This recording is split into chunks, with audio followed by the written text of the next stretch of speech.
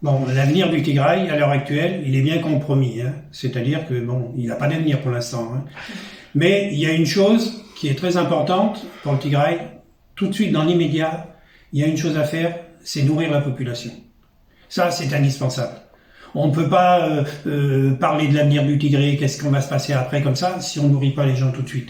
Il faut absolument que l'aide humanitaire, que les Nations Unies, que tous les ONG, les organismes puissent rentrer, donner de la nourriture, mais pas accompagner avec les militaires éthiopiens, libres.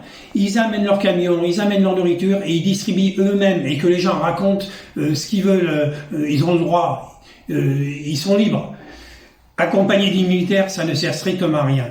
Hein, parce qu'ils ne vont pas distribuer la nourriture aux bonnes personnes. Les bonnes personnes, c'est dans tous les villages. Pour l'instant, ils s'occupent de Mekele, une partie de Mekele. Il faut pas oublier que Abiy Ahmed occupe, avec les Érythréens et toutes les troupes qu'il a amenées, ils occupent à peu près 80%, hein, en gros, du Tigray. Donc, tous ces gens-là, ils empêchent les ONG de venir. Il faut absolument qu'on donne à manger aux Tigréens et qu'ils arrêtent de souffrir, qu'ils mangent. Après, on peut discuter. Ensuite, la deuxième chose, qui est très importante, il faut qu'ils quittent le Tigray.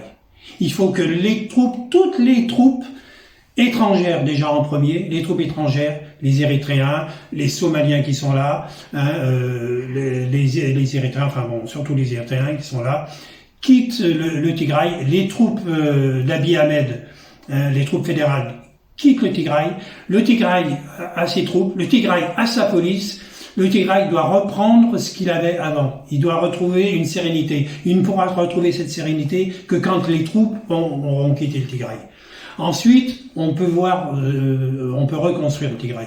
On pourra discuter, même avec le gouvernement, savoir qu'est-ce qu'ils veulent.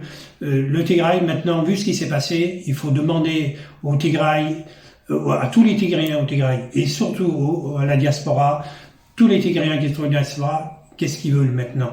Est-ce qu'ils veulent rester éthiopiens, tigréens dans l'Éthiopie, ou est-ce qu'ils veulent leur indépendance, tigréens tout seuls, avec leur indépendance? Parce que ce qu'on leur a fait, c'est impardonnable, c'est innommable. Hein, on a l'impression de se retrouver dans la guerre, les Juifs contre les Allemands qui étaient dans les camps de concentration. C'est un peu l'image que j'ai. C'est un peu ça. Donc, est-ce que c'est possible? Est-ce que c'est possible? Si c'est possible, il faut que les Éthiopiens le disent. Est-ce qu'ils veulent leur indépendance maintenant, ou est-ce qu'ils veulent continuer dans une autonomie un peu avec les Éthiopiens? Ça, c'est pas moi qui peux le dire. Je ne peux pas juger pour les Tigréens. Par contre, si j'ai un conseil à leur donner, l'indépendance, il n'y a rien de mieux. La liberté, il n'y a rien de mieux. Ça n'a pas de prix. La liberté, vous l'aurez si vous êtes libre. Si vous n'êtes pas libre, si vous dépendez d'un autre pays, vous dépendez d'un chef. Regardez, hein, il y a eu tous les Négus, il y a eu les Sélassié, il y a eu Mengistu, hein.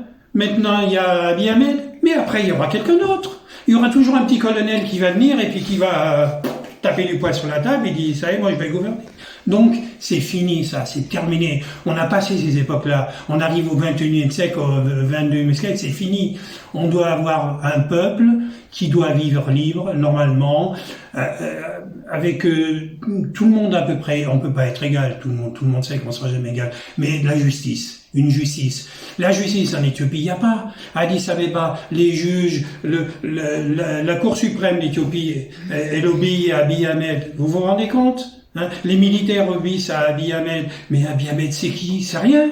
Hein, dans quelques années il sera plus là. On mettra quelqu'un d'autre. Donc il aura fait des dégâts incommensurables. Et tout ça pour un seul type qui est là, qui a été mis au gouvernement. Mais Hitler c'était pareil. Regardez, on l'applaudit. Alors les gens ils disent mais pourquoi on a pu mettre un gars comme ça? Ben, c'est pas facile. C'est pas facile. Le tout, c'est il faut savoir le déloger. On a su le mettre, on doit pouvoir le déloger. Alors, je comprends pourquoi les gens le soutiennent. Les Amaras qui sont avec lui le soutiennent. Pourquoi? Parce que eux, ils veulent gouverner, ils veulent même leur indépendance. C'est encore pire que ça. Ils veulent leur indépendance. Les Oromos veulent leur indépendance.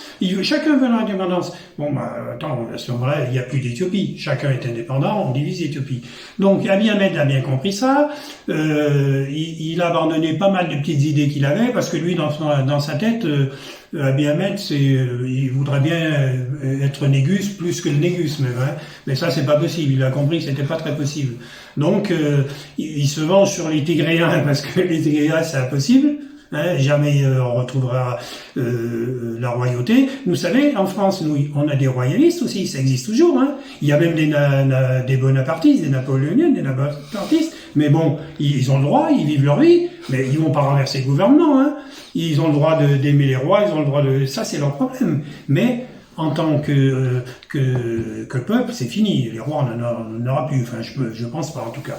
Bon, pour l'Éthiopie, je ne sais pas ce qu'ils veulent, il faut leur poser la question. En tout cas, moi, pour l'avenir du Tigray, je ne vois que l'indépendance.